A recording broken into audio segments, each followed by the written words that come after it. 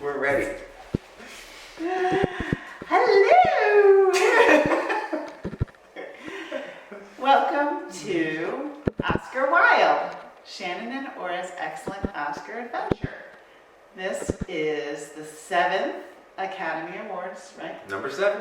Right, 1936. Six. And we watched Mutiny on the Bounty, which was Best Picture. Won Best Picture, nominated for a whole bunch of others, but we'll talk about that later.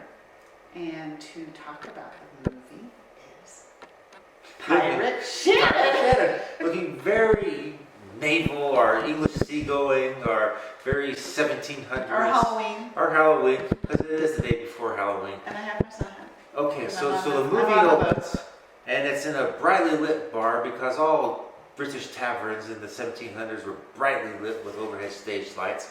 And you have some very clean-cut looking young men and some older men all having, a brew. And then in comes the press gang.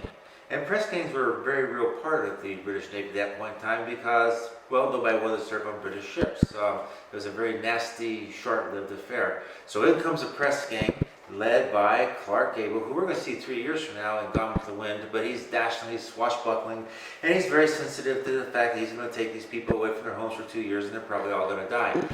But he does take them because they have to go to the South Seas to find breadfruit plants to bring back. For the slaves.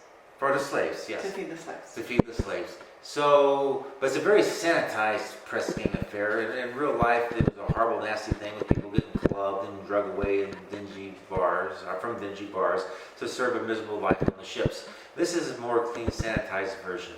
And it's a true story, by the way. This is a true story. Press gangs were a very real fact of life. So off goes Clark Gable with his, he's going to be Mr. Christensen in this, of course. They get on the ship and they're going to sail to the South Seas. Captain Bligh enters the scene and he is played by Charles Laughton.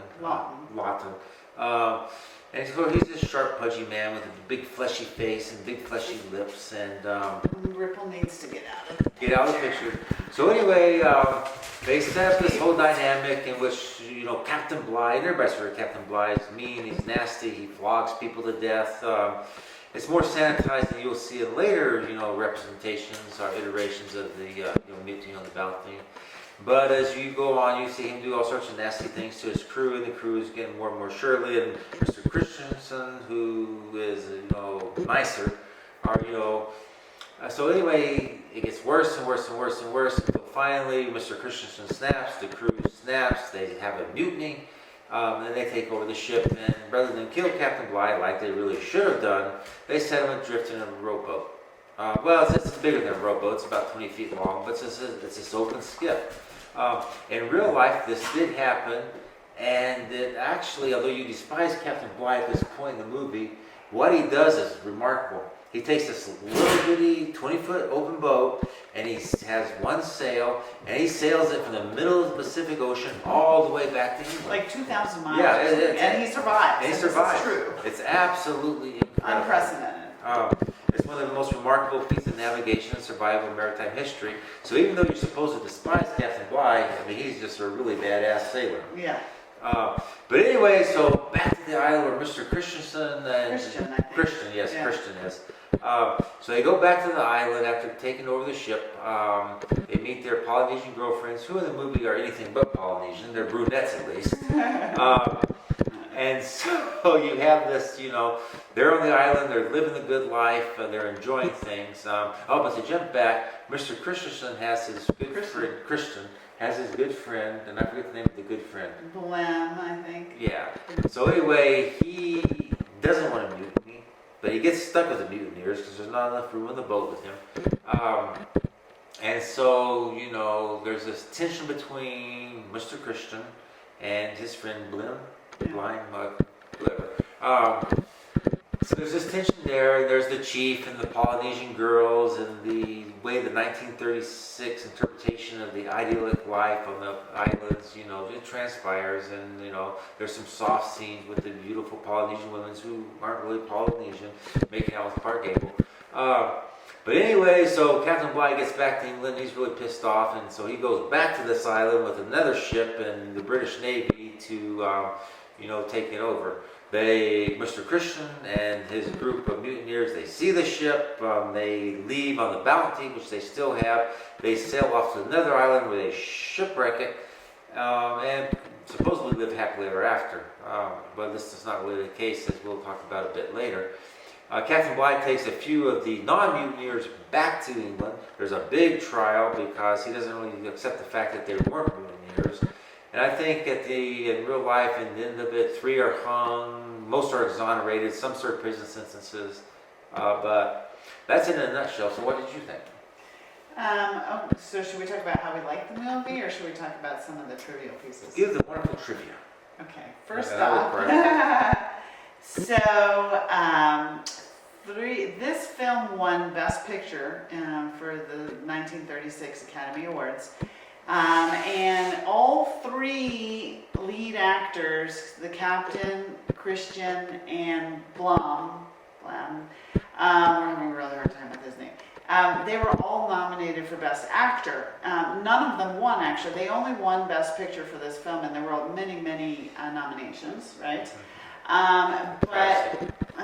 But what it did do was this film specifically caused the Academy to rethink this whole Best Actor thing because there was a conflict of interest there.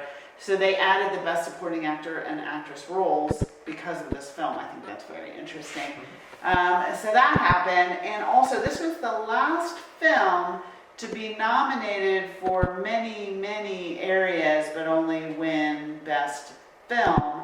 One of the other ones being Grand Hotel, which we reviewed a couple reviews ago. So that doesn't happen again after this film. So this is the end of that. Some other tidbits. Clark Gable and Franchot Tone, who played the Byam, the non-mutineer. The non-mutineer. That ended up in Tahiti. Yes. They actually didn't like each other at all, and so there was a worry of that was going to be a problem. And the reason is because there was a film that they had done together with Joan Crawford, and they both really, really were hot on Joan Crawford. So they were fighting over Joan Crawford all the way into casting and filming this film. But they got to know each other. They became best buds because they figured out that they both have a common love of women and alcohol. And so they ended up giving up their fight over Joan Crawford and became really good friends. I thought it was a great story, and it really made me feel good to know that in real life Clark Gable was a womanizer and alcoholic, because you can't see there's anything less. Right, and he was.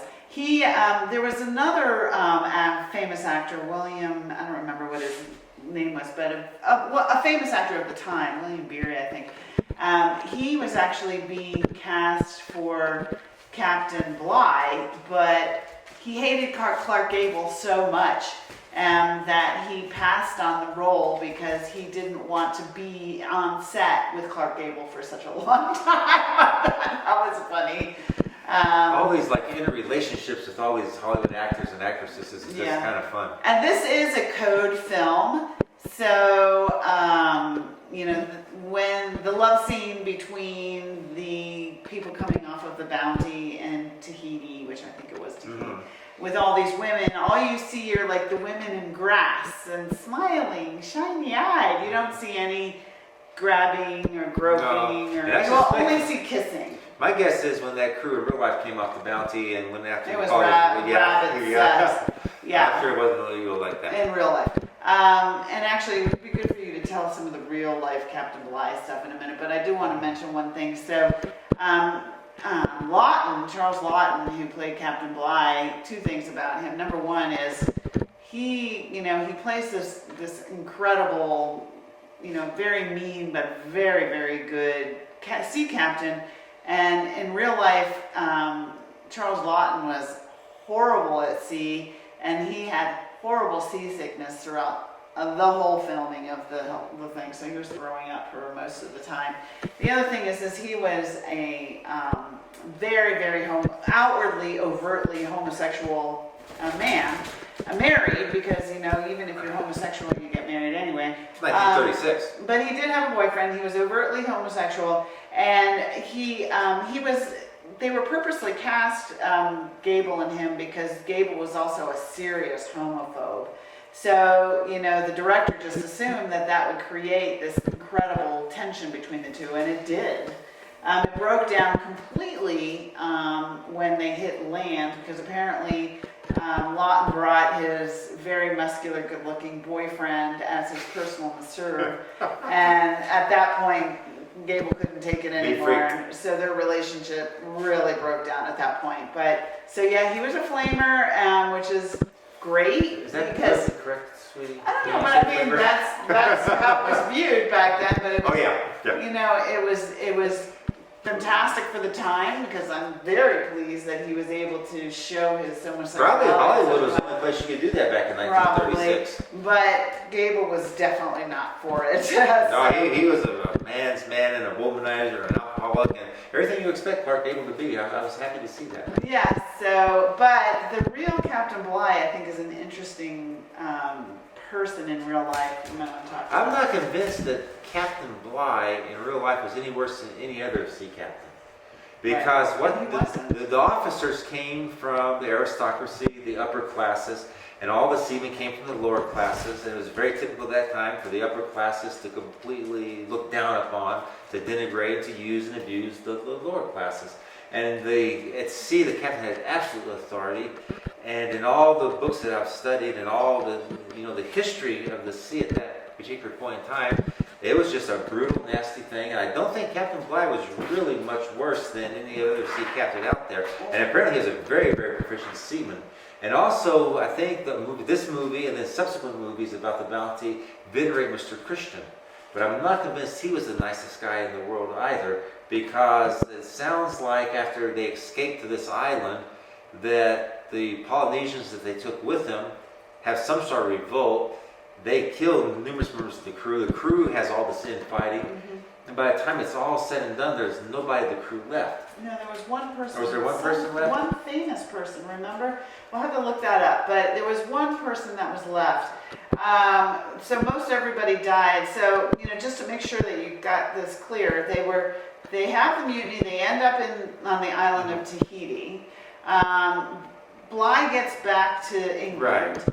He comes back for revenge to Tahiti. And they go to Picton, the island of Picton, which is like this uncharted island. But so he gets back to Tahiti. In the meantime, when he's coming back, they see the ships. So Christian and a bunch of people split the scene on the Bounty, and they go to this other island to escape Bligh. So that's on that other island is where in real life everybody ended up killing one another. Except for the Polynesians, because evidently, and this is like the textbook case of what happens when you have a very, very small gene pool. Mm-hmm. Because even though, the original crew ends up dying out, enough of their offspring survive, and enough of the Polynesians that they kind of kidnapped or talked into coming, they survive, and nobody else comes to this island for hundreds of years. And so scientists use this to study what happens when you have such a limited gene pool, and of course it leads to birth defects and deformities and sickness and a very unhealthy group of people. Yeah. Well, and one last thing that I read about Captain Bligh in real life is that you see him flogging people and hanging people and just doing terrible things to people in this film. But apparently he was very against flogging and hanging. So even though he was a very mean captain, he was not a killer, and he was not a beater. So that was interesting. Yeah, I think Hollywood really did a number on Captain Bligh. Yeah. Well, it's just, the exaggeration. It's a great story. Yeah. Well, how did you like the film? I like the story a lot better than I like the film. Yeah, I think the film was kind of crappy. The film was... I don't know how it won Best Picture. What I really struggle with is throughout the film, despite the fact they're at sea, and then they're on Clark Gable and Byam, their hair is perfectly greased with what other people style their hair in back then, and their shirts are always really, really clean. And then I realized you had to do it back then, all the movies did, but everything is lit by bright overhead stage lights, and it's such a sanitized version of what sea life was like back then. You can tell that you're a videographer and a photographer because you're looking at it that way. I'm just thinking that the acting really stunk. Yeah, it was. I mean, I don't know how they thought that this was a critically good film. I mean, it was a good depiction of the historical event, guess. They tried for 1936.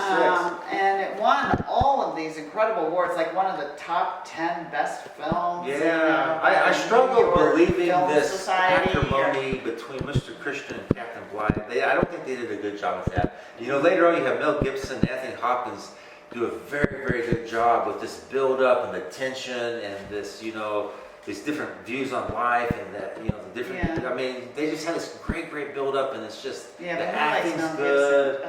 But yeah, he's crazy but makes good movies. A wacko, but makes good films. And Anthony Hopkins, of course, is just unbelievable. And of course, it's made in the 1980s, and so they have a lot more to work with. But yeah, I mean, did I enjoy it? Yeah. Would you recommend that people watch it? Only, not for the movie itself, but only to appreciate the historical context and what was considered a really good film in 1936. And plus to watch Clark Gable because, you know, he's this iconic, famous actor that was an alcoholic and a womanizer. 3 years later, he makes Gone with the Wind, and, you know, he's the classic Red Butler. I think he's much better in It Happened One Night. It Happened One Night's a much better movie. I would watch that just to enjoy the movie. So watch that one instead. Don't watch this one. Just watch us. And watch the Mutiny on the Bounty that comes next with Anthony Hopkins. And that was much better. I say. Mel Gibson. No, I know who it is. I just don't want to say his name. Okay. Anyway, so until next time, we have no idea what we're going to watch next. Sayonara.